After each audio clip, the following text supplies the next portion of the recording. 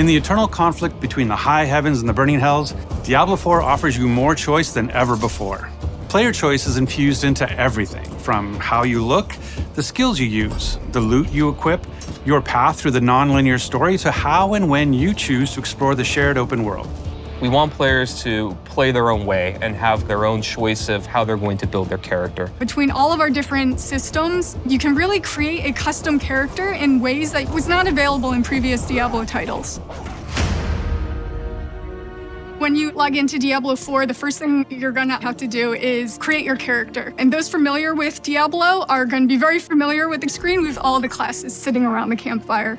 In Diablo 4, we got 5 classes. The Barbarian is your fantasy of a fierce warrior or fighter. The Barbarian is the weapon master of Diablo 4, being able to pick up any weapon, jump into the fray, and do really badass stuff with it. They're very strong, they're very physical. They can take different weapons for different situations and use them to their maximum effect. The Sorcerer is really your elemental mage. You have fire, ice, lightning. You can either focus on one or you can kind of be a jack-of-all-trades mage and use abilities from all 3. They're a little more fragile than other classes, tend to be more ranged. The Rogue, unlike the Barbarian, they are a little bit more clever. They're very fast. They have the ability to imbue their weapons with different elemental energies, and they can modify them to do different things. The Rogue has 2 different types of play styles. You have the ranged crossbow type gameplay, or you have the in-your-face daggers, poisons. You can lead the enemies into traps that have huge effects, more stealthy type gameplay. The Druid is really this shapeshifter. When you cast certain skills, you change your form, what you look like and what you can do. They can turn into werebears or werewolves. If I cast a werewolf skill, I turn into a werewolf and I do werewolf things. If I cast like Pulverize, for example, which is a werebear skill, I turn into a werebear, I slam the ground really hard. Fits the fantasy, it's pretty cool. They can also become masters of nature magic with earth and storm magic. Last but not least, we got the Necromancer. They raise armies of the dead. They have different types of minions. You've got your skeletal warriors, your skeletal mages, and then your golem. You have blood magic or bone magic that you can also take advantage of and tackle combat that way. If you've played a previous Diablo game and you enjoyed a certain play style, you can actually bring that into Diablo 4, or just try something completely new. No matter which class you play, there's going to be multiple different avenues and fantasies that you can chase. You can customize your character in ways you've never been able to before, with near-endless character creation and transmog options. In previous Diablo games, you had to be attached to certain archetypes and look a certain way. And in Diablo 4, it's really up to you how you want your character to look. You'll be able to choose from different facial structures from people all over the world. No matter where you are, you'll be able to say, hey, I can actually make someone that looks like me or looks like someone from my part of the world, which we're really proud of.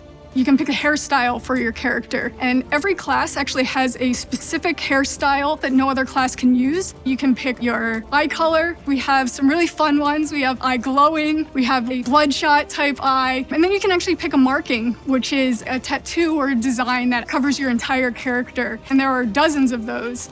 Transmog is the idea that you can take a piece of gear and change the appearance of it to look like a different piece of gear. As far as aesthetics, the sky's the limit. However you can think of making your character, you can make it that way. Everybody's going to look completely different in Diablo 4. One of our pillars for class design in Diablo 4 is this idea that we want players to play the way that they want to. When you first start the game, we introduce you to the idea of the skill tree. As you level up, you get access to these different skills or passives or upgrades to make your character more powerful.